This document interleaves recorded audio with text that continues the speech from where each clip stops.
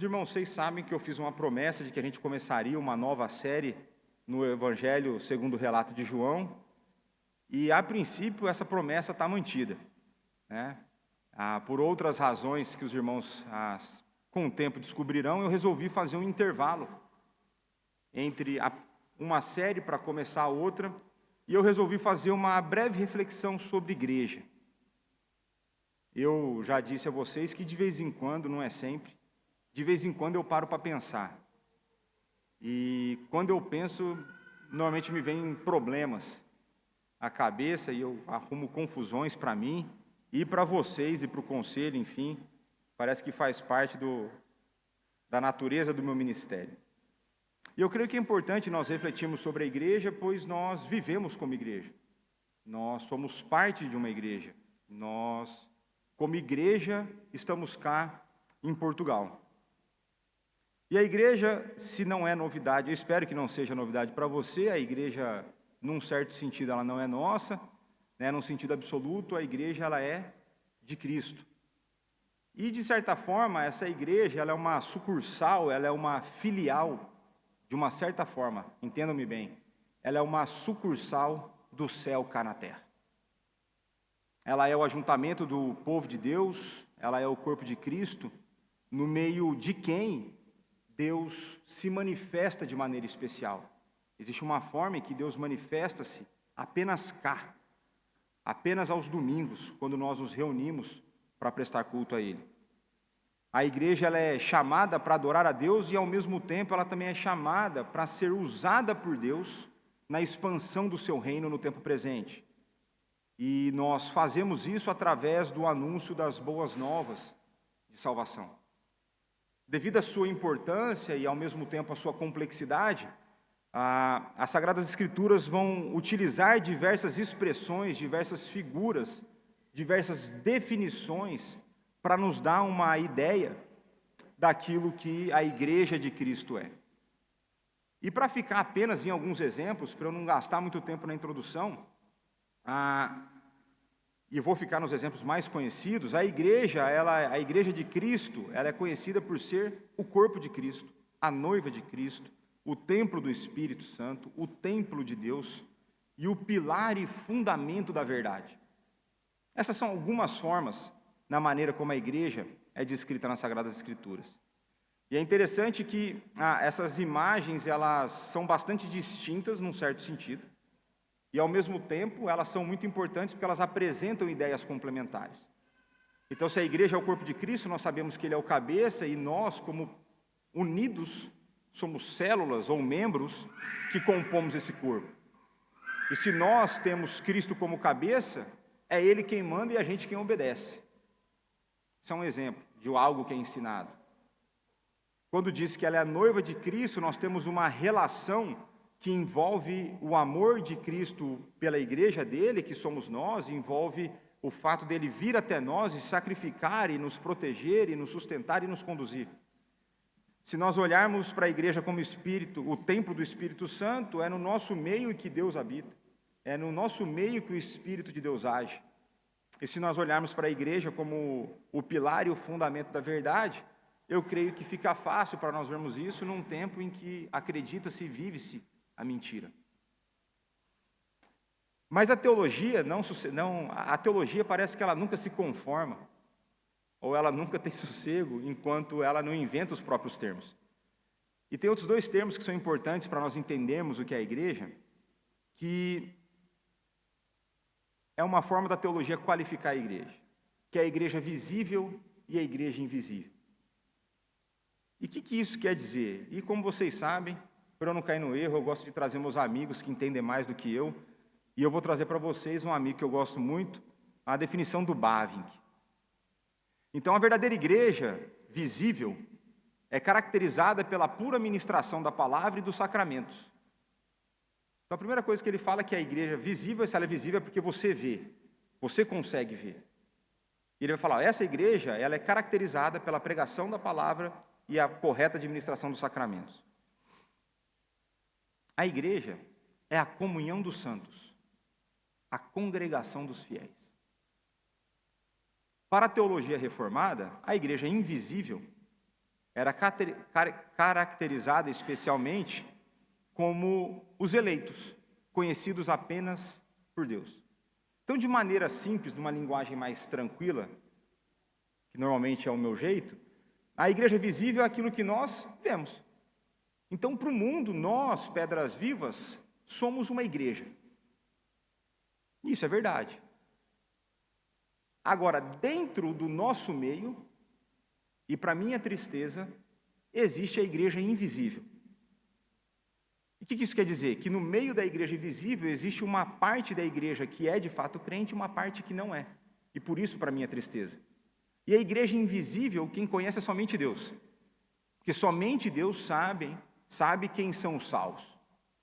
Então, portanto, quando eu olho para vocês, eu os trato como o quê? Como crentes. Ainda que alguns de vocês não me deem muito insumo para isso, né? E nem eu para vocês, né? É um fogo trocado. Mas isso é uma coisa importante. Então, existe a igreja que nós vemos e existe a igreja de fato. Por isso que nós podemos conciliar e podemos dar respostas aos de fora do porquê existe tantos escândalos e tantos absurdos dentro da igreja. Porque no meio da igreja visível existe a igreja verdadeira e existe aqueles que não são parte. E mesmo aqueles que fazem parte, às vezes não trabalham. Porque Cristo veio para os sãos, não para os sãos, mas para os doentes. Então, igreja visível e invisível. Então, as Pedras Vivas é a igreja visível cá no Rio Tinto, na Grande Porto. Então, quando o Bavinck define, né, a igreja visível, ele nos apresenta uma outra expressão que é importante para a gente ficar com ela no coração ao longo da pregação e para a nossa vida, que é a comunhão dos santos. Ser igreja pressupõe comunhão. Ser igreja pressupõe união. Ser igreja pressupõe relacionamentos. Não dá para ser igreja sozinho. Não dá para ser crente fora da igreja. Não dá para ser crente. Não dá para ser templo de um tijolo só. Não dá. Nós somos um prédio edificado. E eu creio que comunhão dos santos é uma expressão praticamente autoexplicativa, e não vou entrar em mais detalhes. Ao longo da pregação eu vou retomar e vocês pegarão elementos e falar assim, isso casa com a comunhão dos santos. Isso encaixa dentro dessa expressão. E agora, avançando um pouco na ideia que eu quero propor para vocês, eu não sei quantos de vocês passaram por essa cena, e quando eu trabalhava no banco no Brasil, a empresa sempre tem um bendito área de recursos humanos, o RH, certo? E o RH vai estabelecer critérios, vai estabelecer normativas de tratamento das pessoas, enfim. E eu lembro que, no mínimo, uma vez por ano, você tinha lá ou conversa com o RH ou com supervisores, com superiores seus, em que muitas vezes algumas perguntas eram feitas. Que perguntas eram essas? Umas perguntas meio coach. Onde você deseja estar daqui 5, 10 e 20 anos? Quais são as conquistas? Como você se vê? Onde você estará? Que posição? O que você deseja ser? E eu posso afirmar para vocês com 100% de certeza de que eu respondi essas perguntas várias vezes e eu errei miseravelmente, porque nenhuma delas eu falei que eu ia ser pastor e nenhuma delas eu imaginei que eu estaria cá com vocês, né? Mas a pergunta que você pode fazer agora, o que isso tem a ver com a pregação? Por que você não avança aí para a gente ir embora mais cedo? Né? O que isso tem a ver conosco? Isso tem a ver conosco porque eu quero fazer duas perguntas para vocês, que vai um pouco na linha dessas perguntas do que você quer ser daqui 5, 10, 20 anos. Mas eu quero que você medite nessas duas perguntas ao longo da pregação, conforme eu for avançar, ao longo da sua semana e para o resto da sua vida, para onde quer que você andar. Ok? Mesmo que você, de maneira errada, resolva nos abandonar aqui às Pedras Vivas. Vou continuar a te amar, eu espero. E as duas perguntas são: primeira, como eu quero que a igreja que eu faço parte seja vista / conhecida? Como que eu quero que a igreja que eu faço parte seja vista ou conhecida? Essa é a primeira pergunta. E a segunda pergunta, que normalmente as pessoas ainda fazem menos ainda, é: o que eu preciso fazer para que isso torne-se realidade? O que eu preciso fazer para que isso torne-se realidade? Então, fico com essas duas perguntas e nós vamos começar a continuar a caminhar aqui na nossa pregação. Como é de costume, vocês sabem que para perceber bem um texto é importante que nós percebamos o contexto.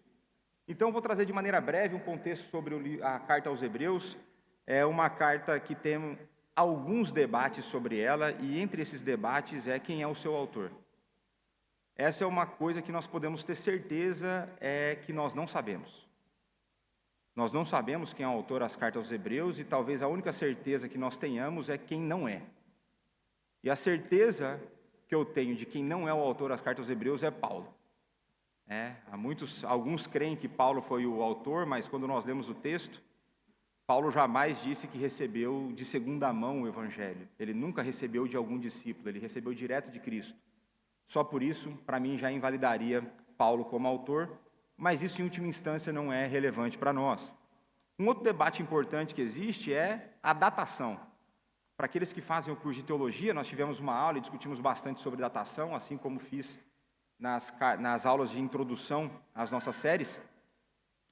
E a datação, ela é importante porque ela vai depender de alguns elementos, e conforme nós percebemos esses elementos, nós vamos entender o sofrimento da Igreja de Cristo. Vou poupá-los dos raciocínios, mas eu sigo a linha de que essa carta ela foi escrita antes do ano 70 depois de Cristo.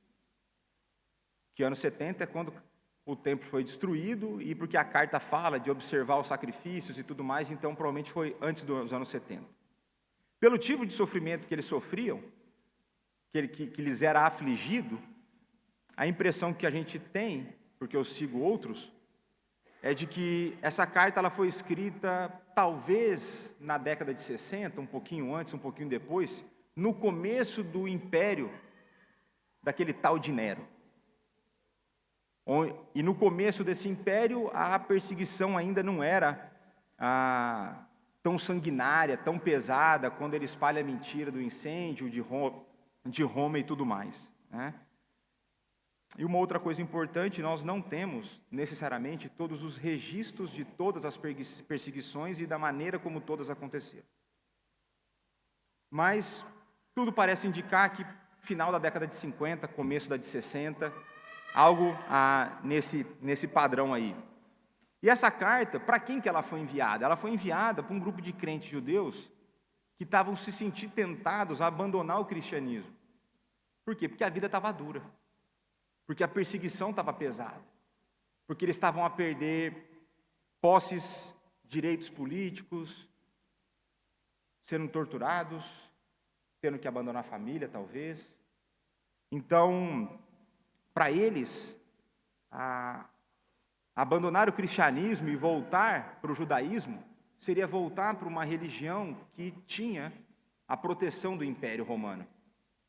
E aí ficava mais fácil a vida.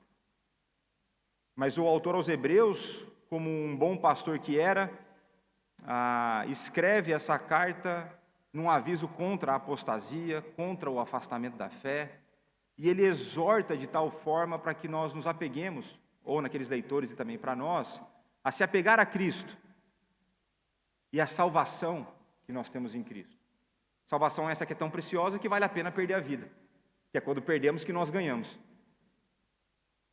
E 5 vezes, este aviso é dado de uma forma ou de outra, inclusive no final do capítulo 12, nós estamos no capítulo 13, e no final do capítulo 12 ele vai dizer o seguinte, no verso 25, tende cuidado, não recuseis ao que fala. E ele quer dizer, não deixe de ouvir o Deus que fala através das Escrituras. Não deixe de ouvir o Deus que comunicou essa fé a você, através dos apóstolos, através dos discípulos. Não deixe de ouvir, porque vale a pena viver essa fé. O encorajamento foi feito através da carta toda, através da demonstração da superioridade de Cristo, através da demonstração da sua pessoa, das duas naturezas, Cristo como Deus encarnado, o Deus que veio para nos salvar, o homem que sofreu em nosso lugar, o sacrifício único e perfeito feito por nós, Ele que é superior a anjos, a Moisés, a Melquisedeque, ao sacerdócio levítico, Ele que é superior a qualquer coisa que você possa imaginar. É através da excelente obra de Cristo que a salvação é proporcionada, e é através da nova aliança estabelecida em Cristo que nós podemos caminhar mesmo em meio a adversidades. E o autor aos Hebreus, ele segue um padrão muito comum nas Sagradas Escrituras, em especial no Novo Testamento, que é a apresentação de verdades teológicas e, na sequência, ordens a partir dessas verdades. Então ele vai dizer, porque Cristo morreu por vocês, então vivam dessa maneira. O que o autor aos Hebreus faz, é o que deveria ser óbvio para nós, tome uma boa teologia, e a partir de uma boa teologia eu terei uma boa vida prática. Isso significa que se nós temos um bom conhecimento teológico e a nossa vida não reflete uma boa prática, significa que nós temos uma má teologia e não uma boa teologia. Você pode ter um bom conhecimento, mas a teologia na sua vida de nada importa. Então, o autor aos Hebreus nos dá uma excelente teologia, uma teologia da superioridade de Cristo, e a partir disso, ele vai nos impulsionar em vários momentos ao longo do capítulo, e agora no capítulo 13, no capítulo final, a maneira como nós deveríamos viver como igreja cá na terra. E eu achei interessante um verso que o autor aos Hebreus escreveu, que de certa forma ele retrata a minha expectativa todos os domingos cá na igreja com vocês. E Hebreus 13, 22 diz o seguinte: rogo-vos ainda, irmãos, que suporteis a presente palavra de exortação, tanto mais quanto vos escrevi resumidamente. Hebreus, se não for a maior carta do Novo Testamento, é a segunda maior carta do Novo Testamento, e ele diz que ela foi escrita de maneira resumida. É assim que eu entendo as minhas pregações. Eu sempre sinto que eu tenho algo a mais para falar e que a gente poderia ficar mais tempo cá. E eu peço que vocês suportem a presente palavra de exortação, que é sempre feita em amor, nem sempre feito com o melhor rosto. A minha esposa sempre me adverte sobre isso.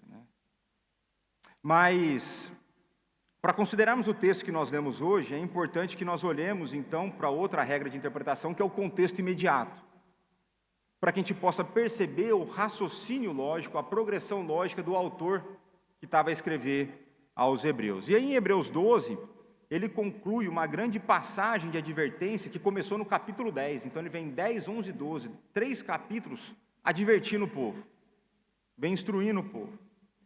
E o autor explica o que significa ser um cidadão de um reino celestial, um reino que não pode ser abalado. Isso está dentro da exortação dele.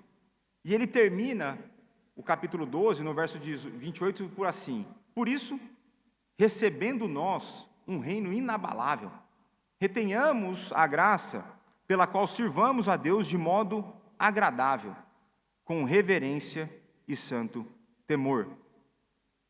E nesse último capítulo, no capítulo 13, ele vai explicar exatamente como que nós podemos viver de um modo agradável a Deus, com reverência e santo temor.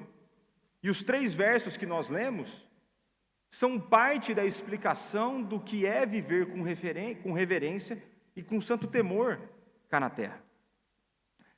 E a implicação disso é clara: aquilo que nós percebemos acerca de Deus influencia a maneira como nós nos relacionamos com o próximo. Ou, na linguagem do nosso amigo Paul Tripp, nós estamos íntimo dele já, a maneira como a adoração, a relação vertical se dá, é a maneira como a nossa relação horizontal acontecerá. Uma vez que a minha relação com Deus está ajustada, a minha relação com você estará ajustada. Toda vez que as nossas relações estão desajustadas, significa que nós temos um desajuste na nossa relação com o nosso Deus. Isso é Paul Tripp, né? Tem uns caras que são abençoados, né? E eu quero ver com vocês hoje que o conhecimento de Deus deve moldar a vida da igreja. O conhecimento de Deus deve moldar a vida da igreja. Primeiro verso, seja constante o amor fraternal. Esse verso é extremamente curto, 3 palavras no grego. Aqui no português tem um pouco mais, mas no grego são 3 palavras. É um artigo, um verbo e um substantivo, é só isso. Não tem mais nada além disso. Mas ele é extremamente profundo, não se deixe enganar pelos versos curtos, e nem pelas pessoas pequenas. Falo aqui em defesa da minha esposa. Conforme nós vimos na introdução, o autor visa apresentar uma forma como seus leitores deveriam viver a partir das verdades que foram apresentadas anteriormente. E o primeiro mandamento que é apresentado é: seja constante o amor fraternal. Esse seja constante, o verbo que é traduzido por seja constante, ele transmite a ideia de permaneçam. Permaneçam no amor fraternal. E aí a gente tem que estar atento às palavras que são escolhidas, em homenagem ao meu amigo Isaac, porque a maneira como nós comunicamos importa. O autor aos Hebreus pede para que nós, ou os leitores e também para nós, permaneçamos no amor fraternal. Isso ele parte do pressuposto, então, que a igreja já amava. Ele não pede para começar a amar, ele diz: continuem a amar. Que muitas vezes o mais difícil é continuar a amar e não começar.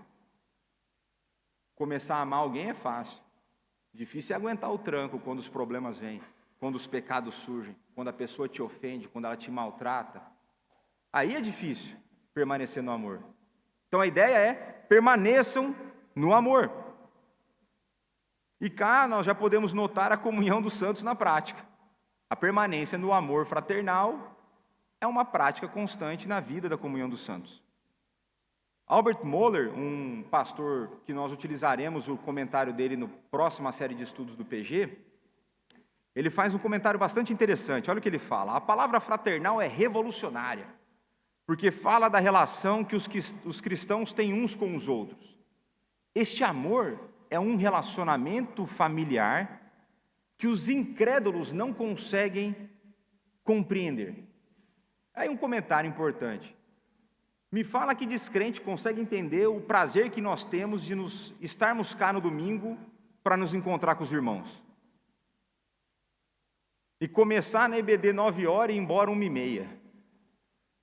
Como que o incrédulo consegue entender que se já não bastasse eu vê-los no domingo, se eu pudesse eu os veria todos os dias?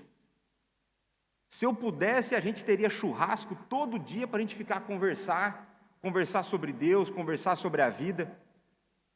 Ninguém consegue entender isso aí. É só quem está cá, habitado pelo Espírito. O mundo fala sobre fraternidade do homem e a paternidade de Deus, mas de fato eles não acreditam que Deus é realmente Pai, e muito menos que nós somos realmente irmãos. Mas os cristãos são cordeiros de Cristo, e em virtude da sua união com Ele, olha só a união mística com Cristo, uma vez que nós somos unidos com Cristo, nós somos então filhos, a gente falou na EBD, filhos de Deus e filhas de Deus. Como tal, somos irmãos e irmãs uns dos outros.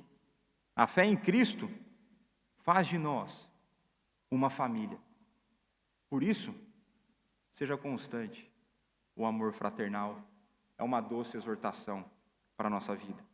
Esse amor proposto e vivido no meio cristão sempre foi disruptivo, sempre foi contraintuitivo, sempre foi contracultural.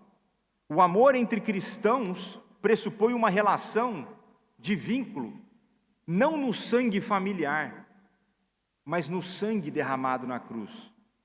O amor cristão, ele é moldado não por características genéticas que estão no nosso sangue, mas o nosso ser é formado, moldado, conformado pela ação do Espírito que aplica em nós o sangue que foi por nós derramados na cruz. Nós não somos o que a nossa genética manda, nós somos o que o sangue nos faz, porque ele nos lava, ele nos faz nova criação. E tem uma análise interessante que foi feita no segundo século, na metade do segundo século, em que um descrente olhava para a igreja e ele vai escrever para um correspondente dele. Esse descrente era o Luciano de Samosata. Não é o pastor Luciano que estava aqui, não. Luciano de Samosata. E ele explicava para um correspondente dele, o Crônios, que o relacionamento entre os cristãos não é comum. O relacionamento que tem lá naquele meio daquele povo é estranho. Eu já falei para vocês várias acusações que os cristãos passaram nessa época. Eles eram acusados de incesto porque eles davam-se em casamento entre irmãos. Eles eram acusados de canibalismo porque eles comiam da carne e bebiam do sangue. Então, quem está de fora, não é de hoje que a igreja sofre com fake news. Só não tinha Instagram, YouTube para fazer essas coisas. Mas, então, o relacionamento deles não é comum, é estranho. E o que ele vai dizer? Eles devem considerar-se uns aos outros como irmãos. Samosata ilustra o seu ponto ao chamar a atenção para a atitude cristã em relação às posses materiais. E veja que o problema do materialismo, ele não é agora só uma visão comunista de mundo, é uma visão desde sempre. Olha só, a preocupação do cara é com o material. Ele vai dizer então que a atitude cristã em relação às posses materiais fundamenta no ensino de Jesus a sua disponibilidade para partilhar os que possuem uns com os outros. Você fala assim, olha, esses caras são tão estranhos. Eles se chamam de irmão a tal ponto que eles acreditam ser família, que eles estão dispostos a tirar dinheiro deles e dar para os outros. Esses caras são tão estranhos que eles preferem deixar de comer uma pizza e pagar para um adolescente ir para um acampamento. Esses caras são tão estranhos que eles preferem deixar de fazer uma refeição fora e trazer alimento para aqueles que estão precisando de cabaça. Esse povo é tão estranho que eles preferem pôr mais dinheiro na igreja porque a igreja tem ajudado quem necessita. Esse povo é tão estranho que, se precisar, eles vão pagar uma passagem para quem precisar ir para o Brasil. Se precisar, eles vão pagar uma análise de saúde. Esses caras são estranhos. É isso que o Samosata está a dizer para o correspondente dele.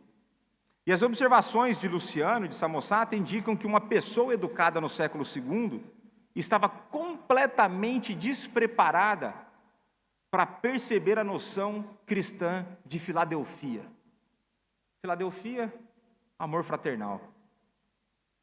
Por isso que tem a cidade dos Estados Unidos na Filadélfia, onde eu morei. A cidade do amor fraternal. E por isso tem um monte de igreja que gosta de Filadélfia. A igreja presbiteriana Filadélfia. Porque ela foi elogiada em Apocalipse e porque o nome é bonito. Ninguém pega os nomes da igreja que foi criticada em Apocalipse. Repara se vocês já acharam alguma igreja aí que tem um nome. Será perto de quem nós estamos, Não sei. Vejamos aqui. Então, a expansão desse termo, para incluir essa ideia de um amor fraternal entre homens e mulheres, para o povo daquela época e para o nosso vai ser ridículo. É algo que o povo não está preparado para enfrentar.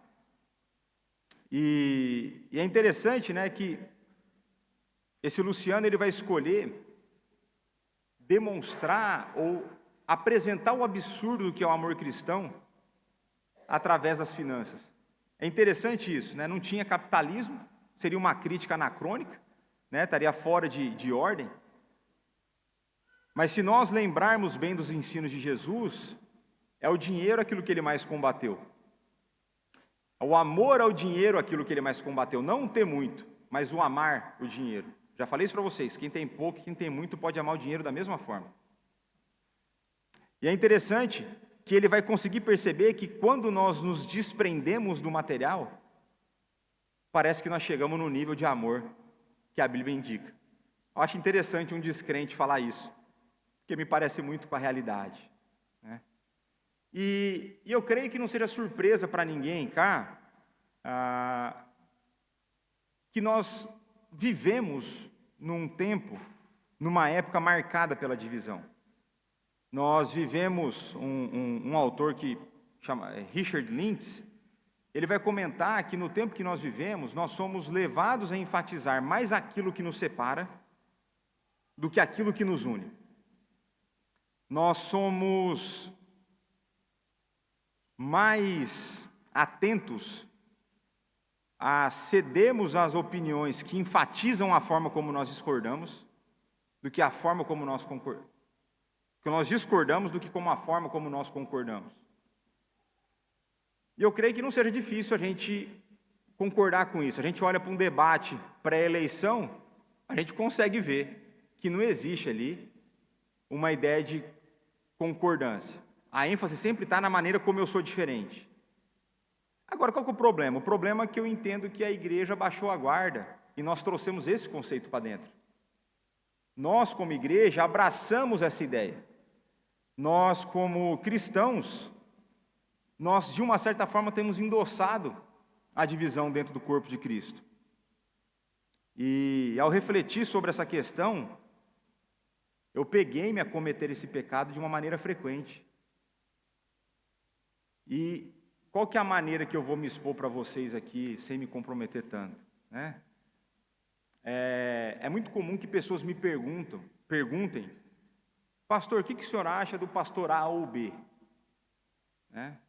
E é normalmente pastor que está preocupado em gastar muito tempo no Instagram. Já comecei a fazer de novo, tá vendo? Comecei a criticar de novo. E mesmo quando eu gosto do pastor, é muito comum eu fazer um comentário, olha, eu concordo, olha, é um bom pastor, ele tem isso, mas eu discordo disso dele. No esforço de eu tentar manter a minha teologia pura, ou aquilo que eu creio de maneira evidente, o que eu sempre faço é, mas esse cara é assim, assim, assado. Esse fulano faz isso, isso, aquilo. Esse fulano não é pastor de igreja, ele é pastor de internet. Faço isso direto. E muitas vezes tem um senso de um orgulho envolvido nisso, na questão de como eu quero me distanciar dos erros dos outros. Como se eu não fosse cheio de erros. E outra forma que eu faço isso é quando eu vou indicar um livro. Então, fulano escreveu um livro. Esse livro é bom, mas eu não concordo com tudo, tá? Esse livro é bom, mas hoje em dia ele está a escorregar na teologia dele. Direto eu faço isso. E com isso, eu não quero dizer que não seja importante eu alertá-los dos defeitos teológicos dos outros. O que eu entendo que eu preciso corrigir meu coração é qual tem sido a minha motivação por isso. Muitas vezes a minha motivação não é preservá-los, a minha motivação é mostrar que eu penso diferente. Mas eu estou a enfatizar mais o que divide do que nos une. O cara pensa muito mais parecido comigo do que outros pensam. E ainda assim eu enfatizo a diferença. Estou confessando um pecado meu só. Se você prestou atenção na série de Gênesis, nós vimos que o ser humano ele foi criado à imagem e semelhança de Deus. E pelo facto de todos nós, ainda aqueles que você não gosta, ainda aqueles que torçam para o time diferente do seu, ainda para aqueles que morem lá embaixo, todos são criados à imagem e semelhança de Deus. E que pelo facto deles serem criados à imagem e semelhança de Deus, isso nos mostra que eles são dignos do nosso amor. Existe neles uma dignidade inerente da imagem de Deus, que ainda que eles creiam diferente de nós, que ainda que eles nos odeiem, nós devemos amá-los. Biblicamente, nós devemos amá-los e devemos amá-los de maneira bíblica. Não é o amor que aceita tudo, venha como você está, não. É um amor bíblico, é o amor de Jesus. Vai e não peques mais. Você é bem-vindo aqui, mas abandone esse pecado. Eu te amo, mas você precisa parar de fazer isso. Existe uma forma, e se você quiser ajuda, eu te ajudo. Vamos caminhar nisso, vamos estudar a Bíblia, vamos lutar contra isso, enfim.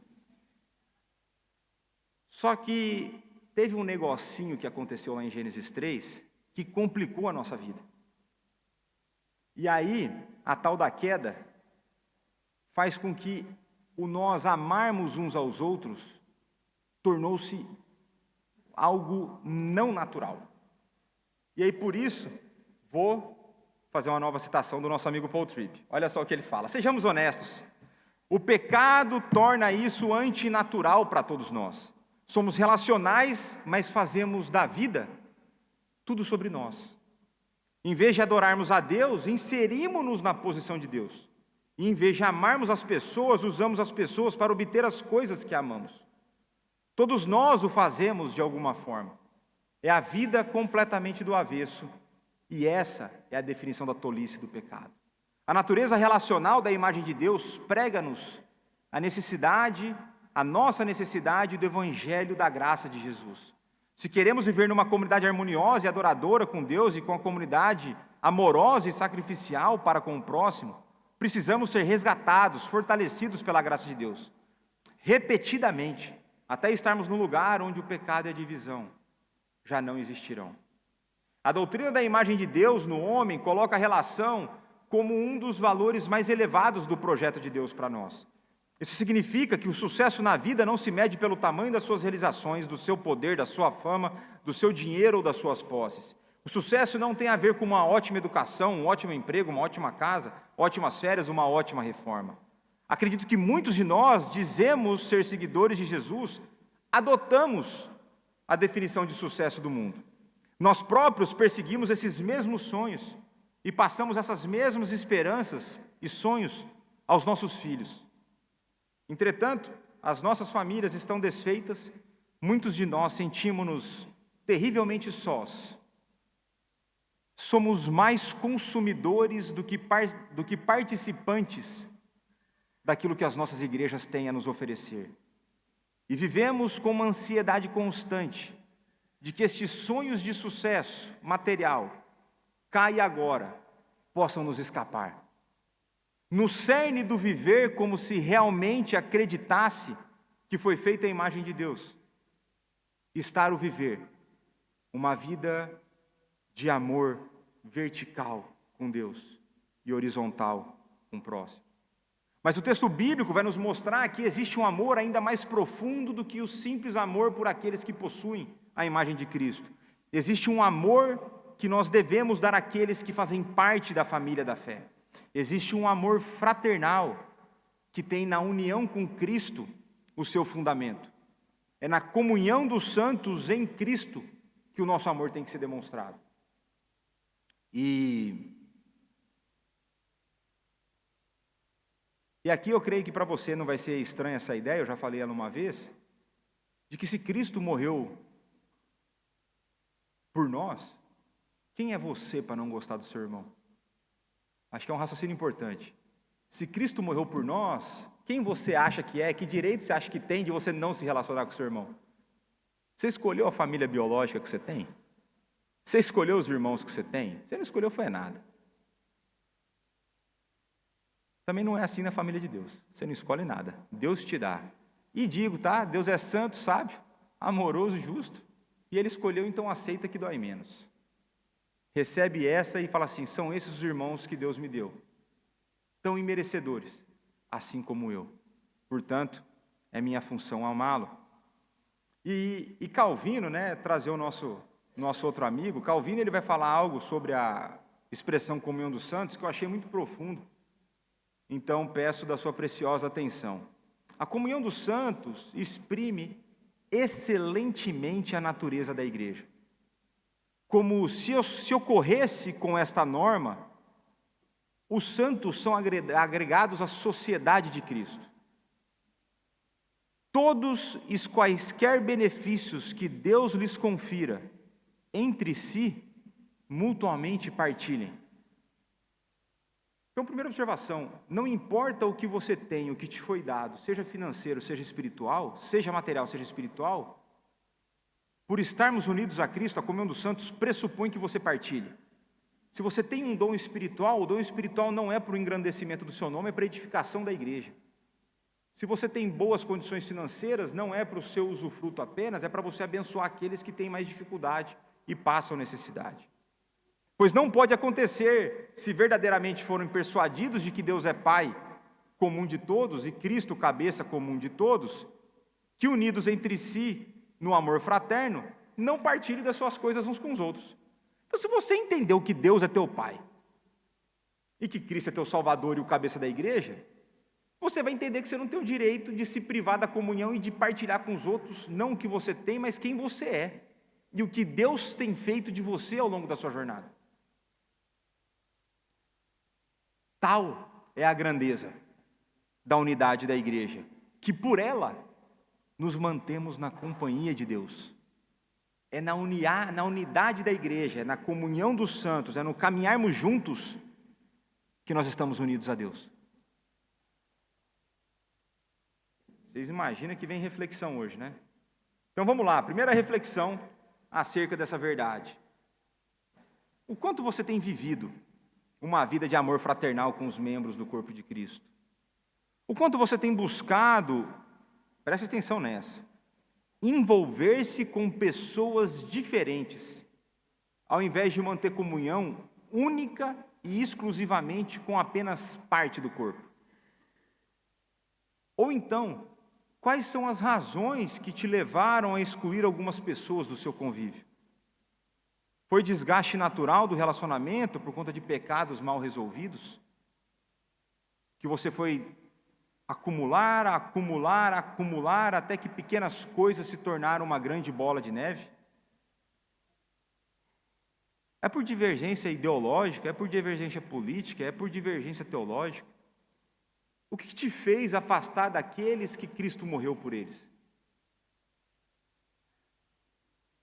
Ou então, né, uma coisa que eu amo, vocês entenderam a ironia, né? Eu amo na igreja. São as pessoas que reclamam de não serem amadas, mas não amam ninguém. A pessoa é um buraco negro. É um mundo que tem que atrai tudo, e dela não vem nada. É a pessoa que reclama, mas ninguém me dá atenção. E desgramado, você deu atenção para quem? Você foi atrás de quem? Por que você espera receber para dar?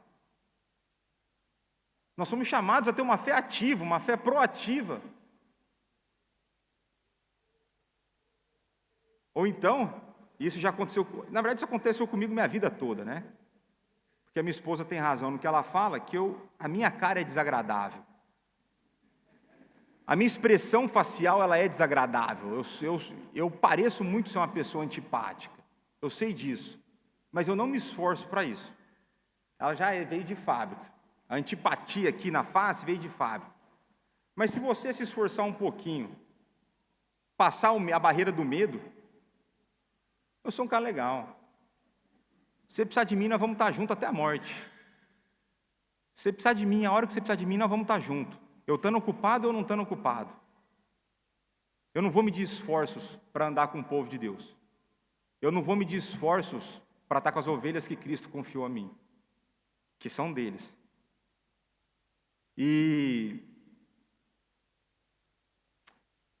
Então é interessante que as pessoas falam assim, mas fulano não gosta de mim. Eu já recebi isso, tá?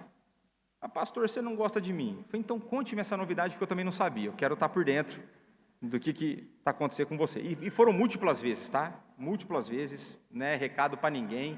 É só uma cena que acontece na minha vida. E aí, às vezes, eu falo para o pessoal, olha, sabe o que eu acho que está acontecendo? Acho que você está ouvindo muito a Satanás. Para de ouvir Satanás, ouve a palavra de Deus. Eu não tenho nada a acontecer, não.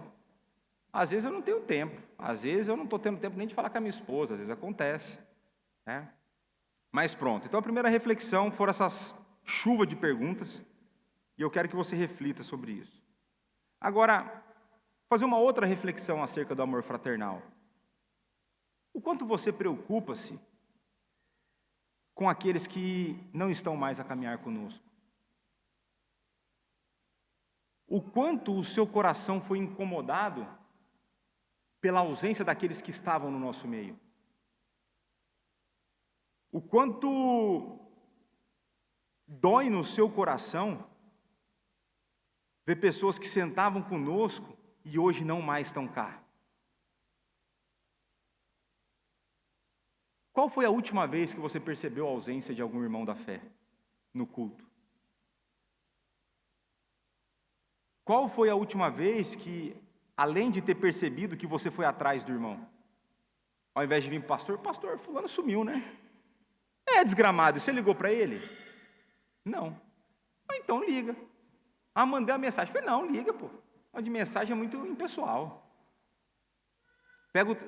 O pessoal mais novo não sabe disso, mas o telemóvel ele foi inventado para fazer ligações. É verdade. Ele foi inventado para você pegar e falar com as pessoas. né? Só que essa geração mais nova, eles dão um jeito de estragar tudo, né? Cada geração, a gente estragou várias coisas do passado e as novas estragam do nosso. Então hoje é tudo na mensagem, tudo na mensagem. Por quê? Porque se você manda um áudio, você não tem que reagir com a pessoa em tempo real. Recentemente eu passei por ligações que eu não queria ter que passar.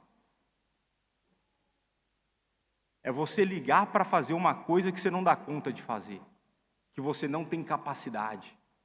Nos últimos 2 meses, eu tive que ligar para as pessoas para consolá-las por perderem entes queridos. Que jeito que eu faço isso? Eu não tenho em mim esse poder de transformar e confortar o coração da pessoa. Tem dia que eu falo, meu, melhor dormir do que eu receber a próxima ligação. Mas para isso que o telemóvel foi inventado. E aí você não tem que reagir com a pessoa que está do outro lado sem ter o que falar. Tem dia que estou aqui. Se você precisar de mim, eu estou aqui. Qual foi a última vez que você se preocupou com a ausência da pessoa, mas por conta do estado espiritual dela e não só pela ausência de um conhecido?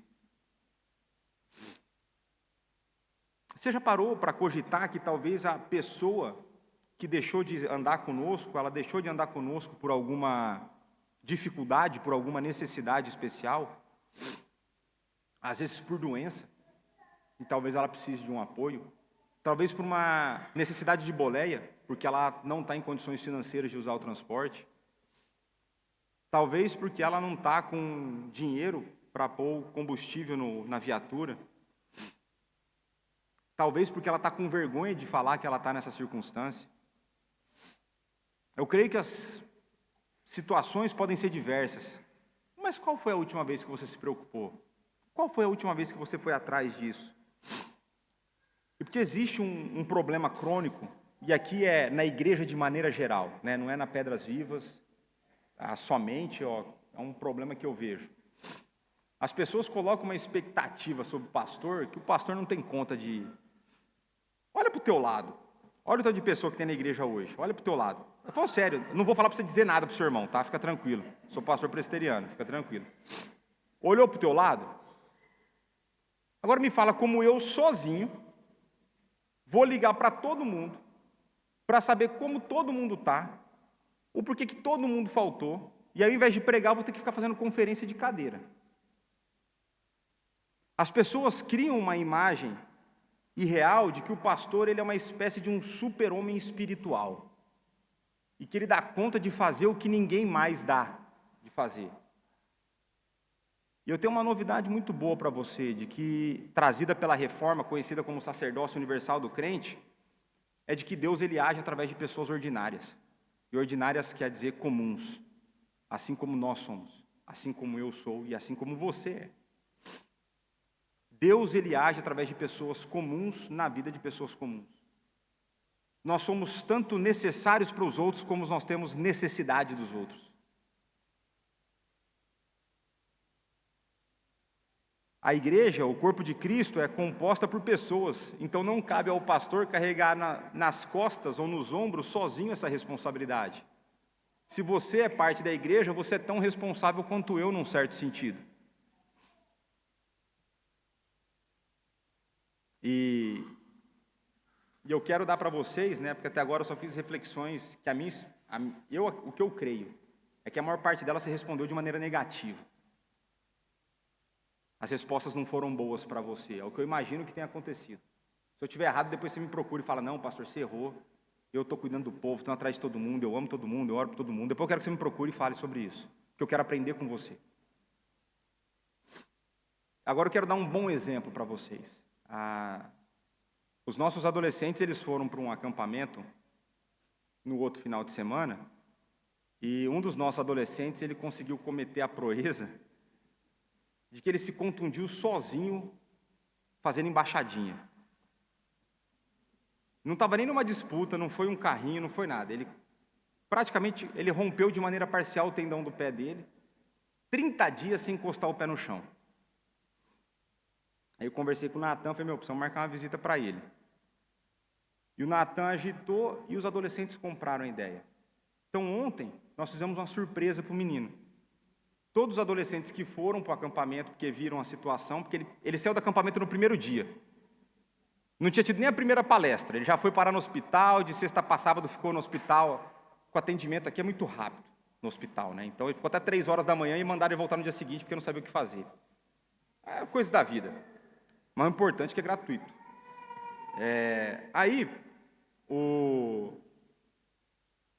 Ontem nós fizemos uma surpresa para ele.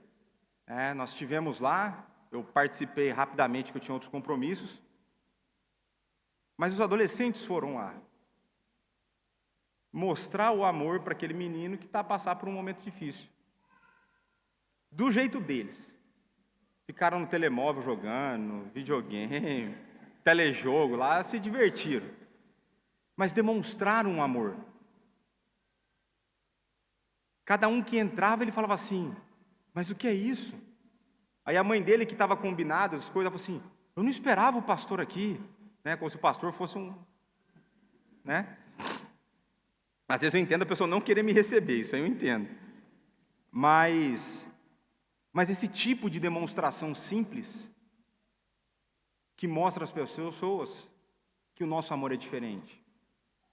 Foi um vizinho viu, ele até foi para o portão para ver se a gente era bandido, porque tinha um pessoal lá de fora esperando para entrar na casa.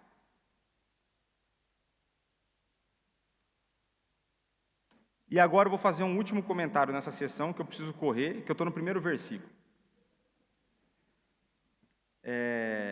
Muitas vezes, as pessoas estão a sofrer no nosso meio, e elas não buscam ajuda.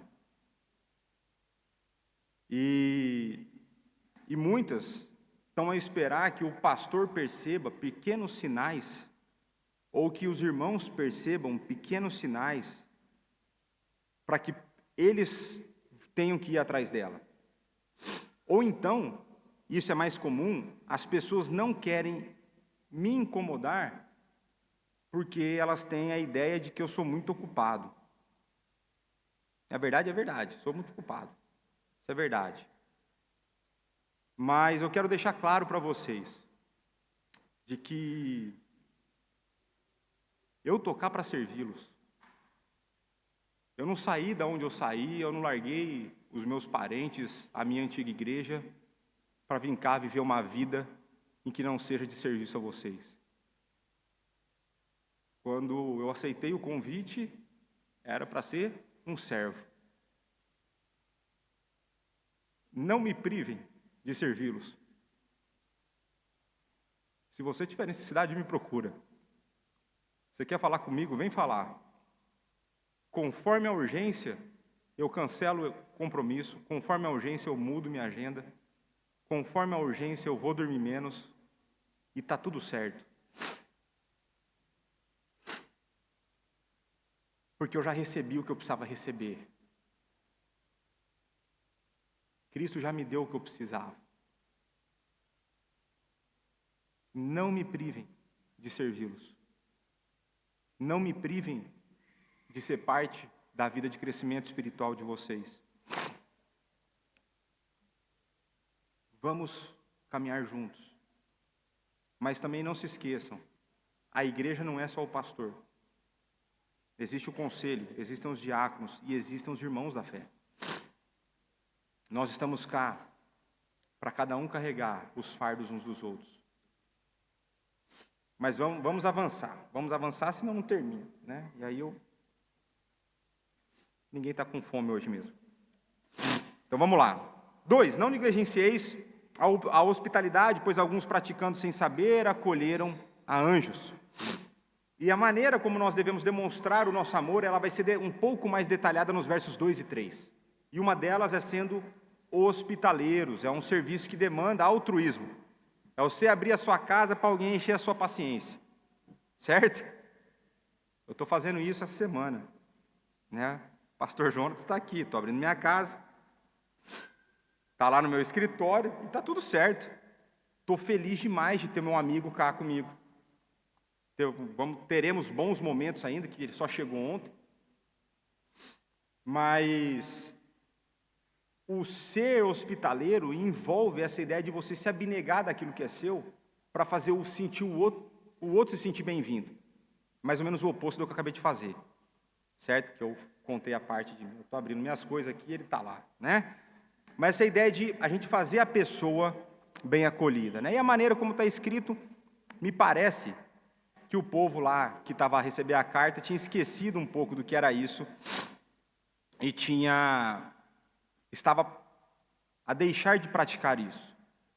E um aspecto importante é o porquê que isso era relevante naquele período.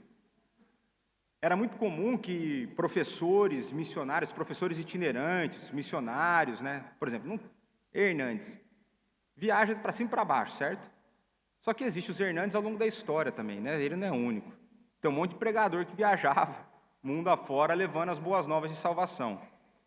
Só que diferente de hoje, não tinha o Booking, não tinha o Waze, não tinha área de serviço na estrada, na autoestrada, você não conseguiria parar para ter um lanche. Você não tinha um GPS para te indicar o caminho. Então, muitas vezes, você tinha que passar por lugares em que você não tinha nenhum conhecido. E era a prática da igreja receber esses viajantes e acolhê-los, dar morada. Fica conosco, fica cá conosco, come. E isso fez com que a igreja se fortalecesse, porque ela recebia ensinamentos de outros pastores, bons pastores, e a igreja podia celebrar a abundância dada por Deus ao partilhar com os outros. E essa hospitalidade ela era essencial, então, para a saúde e para a manutenção da vida da igreja. E esse texto ele é bastante falado, porque a gente vê na continuação que alguns, sem saber, acolheram a anjos, né? E claramente aqui faz menção, né, uma alusão a eventos que aconteceram em Gênesis, como Abraão e Sara foram hospitaleiros com os anjos, preparou comida, pão, tal. Depois teve Ló, recebendo os mensageiros que eram os anjos de Deus, antes de destruir Sodoma e Gomorra. E ali eles foram bastante hospitaleiros. Por exemplo, várias pessoas aqui nas Pedras Vivas tiveram a possibilidade de hospedar um anjo de Deus. Em dezembro e janeiro de 2023 e 2024, um anjo de Deus, o vosso pastor, por que um anjo de Deus? Porque é mensageiro de Deus. É o anjo que sobrou para vocês. Tá certo? O Roberto ficou 17 dias comigo em casa. Depois disso, foram apenas de 7 em 7. O pessoal não aguentou, era uma semana para cada um. E eu e Dani fomos recebidos por pessoas que não nos conheciam. Então, eu conheci o Roberto, tinha tido contato com a Tavane, mas a gente não tinha tanta intimidade. E nessas hospedagens, a gente desenvolveu relacionamentos, a gente pôde conhecer um pouco da igreja. Eu espero que eu tenha sido bênção, ao invés de maldição na vida das pessoas, e que eu tenha sido anjo de luz e não das trevas, né? Mas a nossa igreja, ela vai ter um pouco disso, de receber pessoas de fora. Nós somos uma cidade turística, moramos no Porto. Minha visita em casa está quase todo mês. O Jonas vai embora, dá uma semana, chega outro, dá um tempo eu saio, dá um tempo minha mãe vem. E isso está desde janeiro nesse ritmo frenético. Maravilhoso. Maravilhoso, é bênção de Deus. Agora, eu quero que vocês façam algumas reflexões acerca de como igreja, como que nós podemos ser hospitaleiros. Porque essa ideia dos viajantes aí, né, os pastores itinerantes, se eu trouxer o Hernandes, você vai querer hospedar, né? Agora a mim você não quer. É assim. Mas como que a gente pode ser hospitaleiro? E aí eu vou dar algumas dicas para vocês. Uma delas, nós temos um negócio que acontece aqui na igreja chamado pequeno grupo. Uma das formas que você pode ser hospitaleiro é você oferecendo a sua casa para receber as pessoas. Nós temos uns grupos aí que estão precisando, não pode falar dividir, né? Tem que ser multiplicar. Temos grupos que estão precisando dividir aí em 2, 3 grupos, pôr o povo, espalhar no mapa, para a gente ter abrangência. Só que a gente não consegue fazer isso se não tiver casa. A gente não vai conseguir fazer o PG ser toda semana, se todo dia vocês ficarem sobrecarregando a mesma família. Se toda semana é na mesma casa, vocês querem acabar. Mas se for igual a minha esposa, meu, é para receber os outros em casa, pô, tem que limpar tudo. Aí recebeu na terça, ela limpa, mas vai chegar a gente na quinta, ela limpa de novo, vai chegar no sábado, limpa de novo. Não, deixa sujar um pouco. Aí sobrecarrega. Agora, é toda semana nós vamos sobrecarregar as mesmas pessoas? Então, uma das coisas que você pode pensar, ser hospitaleiro, é abrir a sua casa para os pequenos grupos, né? E aqui vou dar uma dica, tinha um pastor lá da minha primeira igreja, né? De que muitos não abrem as suas casas, porque se tiver criança, e se for criança calma, igual do Milton e da Ana Raquel, às vezes, o pessoal fica com receio. Aí fala assim, não, o meu sofá, não sei o quê, meu irmão, você não vai levar o sofá para onde você vai depois dessa vida. Se você for para a eternidade, para o céu, você não vai levar. Se você for para o inferno, também não pode. Então, desgasta esse negócio que Deus te deu, partilha os seus bens. Já pensou você poder falar, esse sofá foi rasgado quando a gente fazia pequeno grupo aqui, e pessoas foram abençoadas através do estudo da palavra, onde nós podemos chorar em oração pelo sofrimento das vidas da pessoa, onde pessoas foram convertidas por Deus, porque nós levamos descrentes para o nosso meio, para mostrar hospitalidade, compartilhar da mensagem, e tudo isso te custou apenas um furo no sofá? Pô, não vale a pena? Recebi um amigo meu lá, 5 filhos, ficamos 9 pessoas num T2. Quando eles foram embora, a minha TV parecia um iPad. Era dedo das crianças. Está tudo certo. Deus deu, Deus tirou. Bendito seja o nome do Senhor. Será que não vale a pena você abrir a tua casa para você e para a tua casa serem instrumentos da graça na vida do povo? Segunda forma, a hospitalidade pressupõe o a gente lidar com pessoas estranhas, não no sentido de pessoas que você não conhece. Porque estranha a gente tem entre nós também, né? A gente tem pessoas estranhas, eu sou uma delas, né? E uma das formas que eu vejo é acerca dos nossos visitantes. E nessa eu acho que a gente tem falhado muito. Eu acho que a gente tem falhado bastante. Semanalmente, nós temos tido o privilégio de receber, assim, tem sido no mínimo assim, uns 10 visitantes por domingo. Pessoas diferentes. Só que o que me impressiona muitas vezes é que a gente não fica atento a essas pessoas.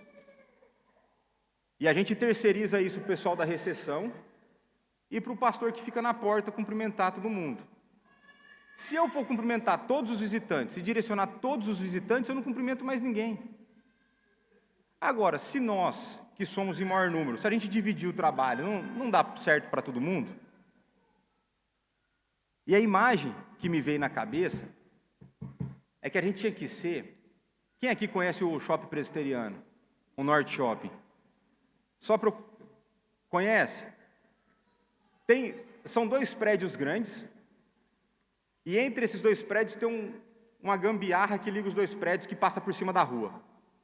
Quando você está naquela seção do shopping, tem um quiosque lá, de uma porcaria de um cartão de crédito. O Izink, sei lá, um negócio assim. E tem um outro quiosque, antes de você chegar lá, que normalmente fica no pé da escada rolante em frente ao Continente, que é do chip de celular Migo, Amigo, Digi. É um desses negócios que não funciona. Que o Lucas que gosta. Porque daí ele põe, você liga e ele não atende. É uma maravilha. A nossa postura tem que ser igual a dos vendedores desses quiosques. Vocês já viram como eles ficam? Fica parecendo um pitbull quando vê outro bicho. Eles ficam atrás assim, ó. Ele quer ver o próximo que ele vai atacar. Você dá uma brecha, eu já pego o telemóvel na hora e já saio assim, ó. Eu não abro a boca, eu não falei, eu só ponho o telemóvel porque eu não gosto de falar com gente que eu não conheço assim, ainda mais para vender cartão. Aí vem... A gente tem que ter a postura desses vendedores. A gente tem que olhar do corpo e ver assim, quem está aqui que eu não conheço? E sair igual um louco atrás dessa pessoa. não deixá-la embora sem ela experimentar o amor de Deus através da sua vida. Você não pode deixar o visitante ir embora sem ele se sentir amado, acolhido e você ser usado por Deus para isso. Terminou o culto, fica igual um louco, sai correndo atrás do povo. Se precisar dar um carrinho, amar, tal, mas não deixa o povo. E eu não vou dar nome, mas a gente tem irmãos que já estão a frequentar aqui há algum tempo, e eu nunca vi a não ser eu, que também tem uns visitantes que não ajudam. Termina o culto e vai embora. Rapidão para não ser abraçado. É esse que você tem que pegar. Eu lembro uma vez na minha antiga igreja, tinha uma menina que ela chegava depois que começava o culto e ela ia embora antes de terminar. Aí eu reparei, uma semana, e eu já tinha assim, uns caras que eu estava pensando em apresentar para ela. Tinha uns amigos meus que já estavam pensando. Segunda semana, terceira semana, e toda semana a mesma coisa. Eu não tive dúvida, eu saí antes dela. E fiquei na porta que ela saía na mesma porta toda vez. Mal de diácono, né? A hora que ela saiu, falei, rapaz, tô te vendo aí tem tempo, queria me apresentar, sou Leonardo, sou diácono aqui, quem é você? Foge, arma estratégia. Você acha que só o Satanás consegue pensar em estratégia? Você consegue. Temos que agarrar o povo tem que ficar com a gente. O povo tem que ficar conosco. Então lembre, quando você passar no próximo vez que você for ao shopping, fica uns minutos observando os vendedores dessas quiosques. Você fala assim, é desse jeito que eu tenho que ser na igreja. O visitante apareceu, eu vou agarrar nele, então depois assiste vídeo de pitbull atacando outros animais. É agarrar no pescoço e não soltar. Ou fica ou morre. Né? Pronto. Então eu acredito, né, que há uma oportunidade para a gente melhorar nisso aí. E aí eu volto a pergunta para vocês. Como que eu quero que a igreja seja conhecida? O que as pessoas que nos visitam veem e saem falando de nós? Eu não sei se cá em Portugal tem um ditado, a primeira impressão é a que fica, mas qual tem sido a primeira impressão daqueles que têm nos visitado? E de novo, o que eu preciso fazer para que isso torne-se realidade? Então, lembrai-vos dos encarcerados, como se presos com eles, dos que sofrem maus tratos, como se com efeito vós mesmos em pessoa fosseis maltratados. Essa expressão traduzida como se preso com eles, ela não dá ideia de possibilidade. Ela fala assim, você está preso com eles. E você está preso porque você está unido a eles em Cristo. Em Cristo, você está a sofrer com aqueles que sofrem. Em Cristo, nós sofremos com a igreja perseguida. Ainda que muitas vezes você não pense sobre ela. Né? Mas a perseguição aos cristãos trouxe consequências para a vida da igreja. Pessoas que estavam no meio do povo pararam de estar no meio porque elas estavam encarceradas. Pessoas começaram a ser presas, pessoas começaram a sofrer e alguns dos nossos irmãos perderam a própria vida. E importante, tá? Eles estavam presos pelo fato de eles serem crentes. Não era por ser vagabundo. Isso não significa que se você cometer um crime eu não vá te visitar na prisão. Mas se você preso, seja preso por ser crente. Não vem ser preso por cometer outros crimes aqui, que depois você vai se lascar 2 vezes. Então, vamos lá. Então a instrução dada aqui era para manter uma preocupação compassiva pelos prisioneiros e maltratados. Isso é importante, porque se aqueles que sofrem são removidos do nosso meio, quanto tempo dura o nosso sofrimento por eles? É mais ou menos o tempo da memória. A gente vai se esquecer. Porque eles foram removidos do nosso meio e a gente vai, com o tempo, a gente se esquece dos que sofrem. Então, um dos convites aqui é para que nós mantenhamos na memória aqueles que sofrem por conta do Evangelho. E aqui, na época, né, então os nossos irmãos eles sofreram abusos públicos, eles foram presos, eles perderam propriedades, eles perderam direitos políticos, econômicos. E era necessário que a igreja se ajudasse nisso. Se a pessoa perde as posses, como ela vive? Onde ela mora? Aí você tem que ser hospitaleiro, você traz para dentro de casa. Ah, mas eu só vi o irmão uma vez na vida. Nós temos excelentes exemplos de hospitalidade aqui na nossa igreja. Mas, adicionalmente, o autor ele apresenta-nos a importância da compaixão. Essa ideia de que nós devemos nos sentir presos como se nós estivéssemos presos e sentíssemos os maltratos como se nós estivéssemos a ser maltratados. Aquela ideia de você vestir a carapuça do outro, sentir a carapuça do outro, mesmo que não tenha sido diretamente com você. E tudo isso porque nós estamos unidos em Cristo. É em Cristo que nós estamos unidos e essa união deve fazer com que doa no meu irmão, deve doer em mim. E presta atenção nesse trecho de um texto de um dos comentaristas que eu consultei. Os cristãos estavam unidos não apenas por uma confissão, mas por um modo de vida em comum, e como Celso, uma figura qualquer, percebeu astutamente, pelo perigo comum que corriam. Então, se a igreja era perseguida, o que não unia não era apenas aquilo que crê, é aquilo que é a maneira como eu vivo, porque eu creio e eu vivo, e porque eu vivo desse jeito, eu corro o risco de ser preso. Então, isso trazia uma união. Hebreus 13, 23 vai mostrar que Timóteo, o amado Timóteo, tinha sido liberto da prisão há pouco tempo. Timóteo foi encarcerado. E havia, sem dúvida, outros cristãos sob a custódia, que eram conhecidos pelos irmãos dessa igreja doméstica. Os prisioneiros, e para mim o modelo de prisão do tempo antigo era bom, porque quem tinha que arcar com a despesa era o preso. Não era o Estado, não era a gente, era o preso.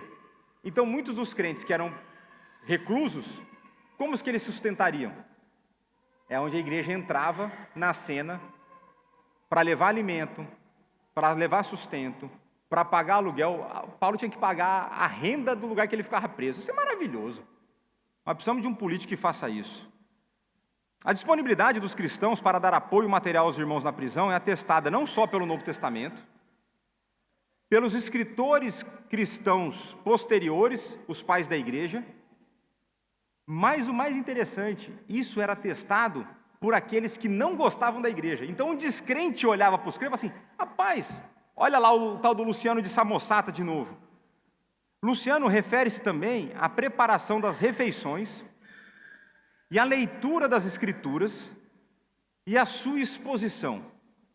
Então a igreja ia para o presídio, levava a comida e expunha a palavra para o que estava preso, para que ele pudesse ter, na sua reclusão, a mesma experiência que eles tinham aos domingos. Era sofrer com os que sofrem, levando às últimas consequências. E a igreja primitiva, considerava esse ministério aos irmãos cristãos na prisão como obrigação, pelo fato de eles serem crentes. Era obrigatório, era mandatório, eles não tinham opção. Ah, não gosto, mas vamos fazer. Esse domingo eu quero descansar um pouquinho mais porque está chovendo. Ninguém te perguntou, teu irmão está preso por conta da fé. Bora lá. Agora, quando a gente olha para essa realidade, a pergunta que a gente tem que fazer é como que a gente pode aplicar isso para a nossa vida no tempo presente? Por exemplo, hoje cá em Portugal, a gente não corre, a princípio, até o momento, a gente não corre risco de ser preso por conta da nossa fé. Por enquanto. Por enquanto. Agora, uma das formas que eu vejo cuidado com os encarcerados, o presbítero Rui, ele dá um passo além do que o texto diz. O presbítero Rui, ele é quietinho, você não vê ele falar muito, ele não dá muita opinião no conselho, ele fica na dele. Mas o presbítero Rui vai 2 vezes a semana, todas as semanas, às cadeias. Ele passa o sábado, o dia inteiro, pela manhã evangelizando as famílias e à tarde evangelizando os reclusos. E ele falta uma vez por mês, porque eu pedi para ele estar com os homens aqui no churrasco. Então ele participa do churrasco e às vezes ele vai embora direto para lá para não perder a visita dos reclusos. E todas as quartas-feiras ele também visita outros reclusos. Esses não estão presos por conta da fé, estão presos porque são vagabundos. Mas Rui está lá, apresentar as boas novas de salvação. Então a nossa igreja, na figura do Rui, faz isso. Mas quando a gente começa a olhar para o mundo, a gente já tem casos cá na Europa, pessoas, por exemplo, na Inglaterra, que foram presas por fazer oração silenciosa na rua. No governo anterior dos Estados Unidos, quando eu morava lá, um senhor de idade que todos os dias ia para a frente de uma clínica de assassinato em série de crianças, clínica de aborto, ele parava na frente e ele orava. A administração anterior mandou o SWAT invadir a casa desse homem e tentar achar alguma coisa que ele tivesse um crime, porque o grande crime dele era orar na frente da clínica de assassinato de crianças. A gente olha para os nossos irmãos em países comunistas, em países islâmicos, a sofrer pela fé, a serem torturados, presos, assassinados. Então eu creio que parte da nossa postura e da aplicação para os nossos dias é que nós devemos orar mais por eles. Eu creio que a gente deveria se expor a imagens daquilo que acontece. Eu acho que a gente deveria ver vídeos de irmãos nossos sendo decapitados. A gente deveria ver vídeos dos nossos irmãos presos em trabalhos forçados. Eu acho que a gente deveria ser lembrado dessa realidade porque não dói na gente. E deveria doer. Deveria doer. E a gente deveria orar mais por eles. Deveria orar para que eles tenham cada vez mais coragem, para que eles sejam cada vez mais fiéis, para que um dia a gente possa ter 1% daquilo que eles têm. Mas, apesar de nós ainda não sermos presos pela nossa fé, eu creio que existe um aspecto dos maus tratos e do sofrimento vindo pela fé. E normalmente eu faço as brincadeiras aqui e falo do sofrimento do imigrante com a burocracia e tudo mais. E eu creio que um dos erros que a gente incorre, a gente muitas vezes desconsidera o sofrimento dos nossos irmãos portugueses. E eu creio que quando nós pensamos nos maltratos e nos sofrimentos decorridos por conta da fé, eu creio que nós precisamos lembrar dos nossos irmãos portugueses. Para muitos deles, eles sofrem porque eles abandonaram a identidade nacional. Muitos deles sofrem e são acusados de serem adeptos de seitas trazidas por brasileiros. Existem irmãos nossos que sofrem na sua família constantes ataques à sua fé. Existem irmãos portugueses nossos que sofrem mais do que você consegue imaginar. Eu conversei com um missionário numa cidade próxima a do Porto, em que muitas das pessoas que frequentam o trabalho, elas vão escondidas, para que o padre não descubra, o padre da região não descubra que eles vão. Porque quando o padre descobre, ele espalha a fofoca, ele fala mal das pessoas, e essas pessoas começam a perder amigos. As pessoas saem sem os vizinhos perceberem. E eu creio que a gente sofre pouco com isso, e talvez nesse exato momento você esteja a pensar, mas pastor, eu não tinha a menor ideia de que esse sofrimento acontece. Eu não tinha a menor ideia que existem pessoas cá nas Pedras Vivas que estão a sofrer no seio da sua família perseguição por conta da sua fé. Aí a minha tendência vai ser concordar consigo. E aí eu vou te responder com uma outra pergunta. Qual que é a razão para isso? E talvez a gente volte no primeiro verso. Talvez seja a falta do amor fraternal. Talvez seja a falta do convívio. Talvez seja a falta de interesse. Talvez seja a falta de querer conhecer intencionalmente pessoas que andam no nosso meio.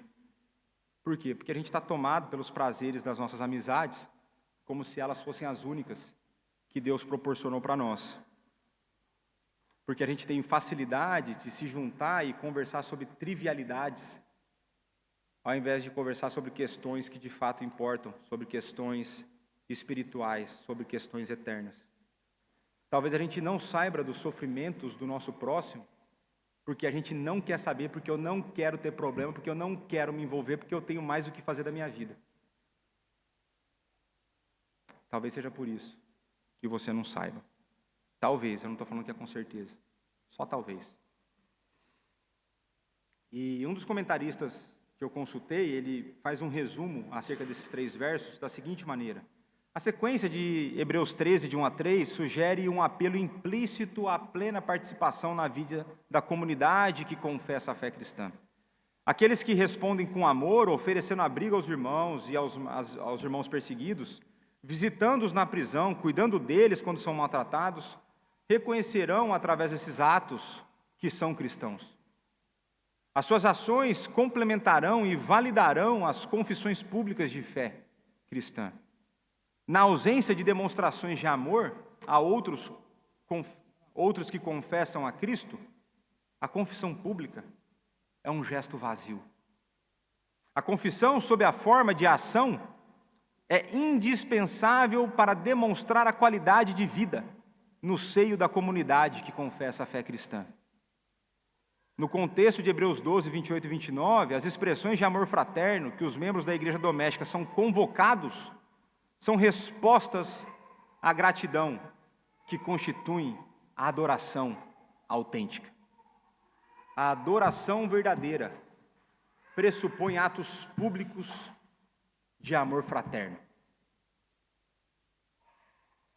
Novamente, eu volto às perguntas iniciais. O como eu quero que a igreja que eu faço parte seja conhecida e vista? O que eu preciso fazer para que isso torne-se realidade? E eu partilharei com vocês um pouco da minha resposta. Como pastor, obviamente, eu desejo que a nossa igreja seja conhecida por cumprir a grande comissão, através de plantação de igrejas e do trabalho missionário fora do país. Eu quero que a igreja seja biblicamente relevante, não apenas no Porto, mas em Portugal e no mundo. Entretanto, essas respostas não são aplicações diretas do texto que nós lemos hoje. Mas o que eu também desejo? Eu também desejo que a nossa igreja seja conhecida pelo amor demonstrado entre os irmãos, amor que sacrifica para auxiliar, que investe tempo e dinheiro para isso, que confronta o pecado e incentiva as boas obras, que recebe bem os seus visitantes, que façam com que eles sintam-se parte da família, que tenhamos um ambiente de harmonia, com pessoas sedentas por envolver-se com mais pessoas, com a integração dos recém-chegados e novos membros no meio dos antigos grupos. Uma igreja que sofre com os que sofrem e que sabe e conhece o sofrimento uns dos outros. Uma igreja que a confissão pública seja refletida nas ações práticas. Eu desejo que a igreja visível das Pedras Vivas também seja conhecida pela comunhão dos santos. Eu poderia continuar, mas vamos para a segunda resposta. O que eu preciso fazer para que isso torne-se realidade? O primeiro passo é o arrependimento, é o reconhecimento do pecado, é ver de todas as maneiras como eu tenho falhado, é ver como eu não me conformo com a imagem do Filho, é ver como eu não tenho buscado relacionamentos intencionais. A partir disso, eu tenho que buscar conversar com o maior número de pessoas, eu tenho que fazer a minha agenda disponível para o povo da igreja, eu tenho que me doar para vocês, como se a vida de vocês dependesse da minha. Eu tenho que conversar não apenas sobre coisas triviais, mas sobre assuntos importantes. Eu tenho que seguir a pregar a palavra, todo o conselho de Deus. Eu tenho que continuar a pregar sobre esses assuntos. Eu tenho que continuar a pregar contra o pecado. E a lista poderia continuar. Essa é parte da minha resposta. Quando nós olhamos para essa tarefa, e eu espero que você seja tomado da mesma percepção que eu tenho, é de que essa tarefa ela é imensa e ela é humanamente impossível. Eu quero que você seja tomado por um senso de incapacidade e de imerecimento, assim como eu fui tomado por esse senso. Mas eu quero que também você seja tomado pela convicção de que o Espírito Santo tem colocado no meu coração, de que Cristo realizou a obra no meu lugar, e de que o Pai que me amou e me elegeu, enviou o Espírito para habitar em mim. E que eu sou lembrado que o Pai nos ama, Ele nos envia o seu Filho para viver o perfeito amor fraternal. E Ele, que sendo hospitaleiro, recebeu estranhos e os inseriu na família de Deus. Ele, sendo justo, sofreu a tortura, foi preso, julgado injustamente e morto, para que nós, sendo injustos, fôssemos livres, tivéssemos vida e usufruíssemos do amor de Deus triuno. Uma vez unido a Cristo, dia após dia, seremos impelidos e capacitados a cumprir essa grande tarefa: a amar fraternalmente, a ser hospitaleiro e a cuidar daqueles que sofrem. E para isso, eu quero fazer 4 breves aplicações. A primeira é para você que se esquece dos seus irmãos ao longo da semana. Para você que fica trancado na rotina da sua carreira, na rotina da sua família, na rotina do seu casamento e na rotina dos seus filhos. O corpo de Cristo é mais do que isso. Os nossos irmãos não devem ser lembrados uma vez por semana, os nossos irmãos devem ser lembrados diariamente. Se você vai embora depois do culto e não tem prazer nenhum em envolver-se com as pessoas e fica pondo a culpa no pastor que ele fica pregar muito e você vai embora à tarde porque você está com fome, arrependa-se e venha viver uma vida de amor fraternal conosco. Se você, segunda aplicação, se você está no nosso meio e se você está a sofrer, não sofra sozinho. Dê um grito de socorro. Busque ajuda. Nós estamos cá para caminhar consigo.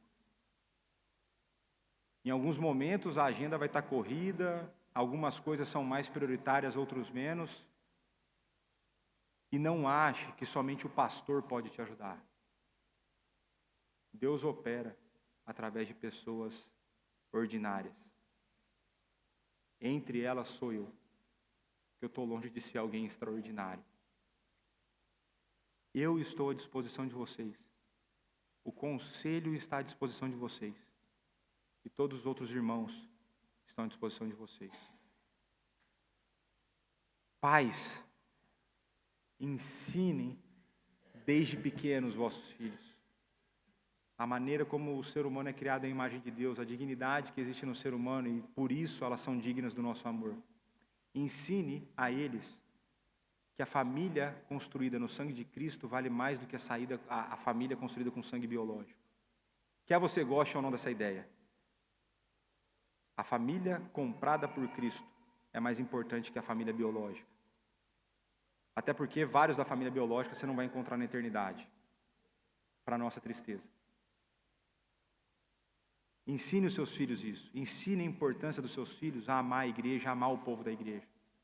Quando você estiver com o seu filho vindo para a igreja ou voltando da igreja, não vá no carro falando mal do pastor, falando mal do conselho, falando mal dos irmãos. Como que você cria amor se você só dá mau exemplo? Como que você cria amor se você só fala mal dos outros? Se você tem alguma coisa para falar mal dos outros, fale para as pessoas de que você está falando mal, não fala para os teus filhos. Cultive nos teus filhos o amor pela obra que Deus está fazendo no meio das pedras vivas. E quarto, se você ainda não crê em Cristo, mas percebeu essa mensagem e ficou encantado com o amor que é proposto através das Sagradas Escrituras, arrependa-se da vida que você tem levado, deposite a sua fé em Jesus Cristo e venha conversar conosco para que nós possamos auxiliá-lo nessa caminhada de fé. Que Deus continue a derramar da sua graça e da sua misericórdia sobre a nossa vida. Oremos. Pai, em vários momentos, em vários domingos, parece que a minha oração é sempre a mesma. Diante da Tua palavra, o nosso coração se quebranta, nós somos humilhados, a nossa imperfeição é enaltecida, a nossa fraqueza é evidente. E é por isso que nós estamos diante do Senhor com o nosso coração quebrado, humilhado, pela nossa incapacidade, pelos tantos pecados, pelo fato de nós não amarmos os nossos irmãos como nós deveríamos, pelo fato de nós não sermos hospitaleiros como nós deveríamos. e pelo fato de nós não nos preocuparmos com os sofrimentos daqueles que sofrem por conta do nome de Cristo. Perdoa-nos nisso. E porque nós somos fracos e miseráveis, dá-nos cada vez mais da ação do Teu Santo Espírito a conformar o nosso coração, a dar ao nosso coração uma disposição ao sacrifício, ao amor altruísta, àquele que se abnega em favor dos outros. Dá a nós, Pai, o coração desprendido de coisas materiais e que é sedento por partilhar daquilo que tem e receber as pessoas e ser hospitaleiros e serem usados pelo Senhor. Dá-nos um coração que dói, que sofre com aqueles que sofrem, que se lembra da igreja perseguida. Dá-nos um coração cada vez mais parecido com o do Teu Filho Jesus Cristo. É o que nós te pedimos no nome dEle. Amém. E vou deixar uma última aplicação que veio agora.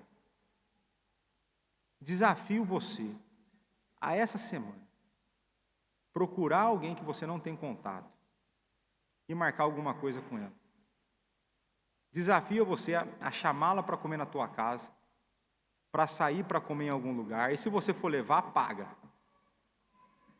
Aí escolhe lá o cachorrinho, tá tudo certo. O importa é estar na disposição de fazer. Se envolva com a igreja de Cristo. E agora eu convido a igreja a ficar em pé e a cantar em resposta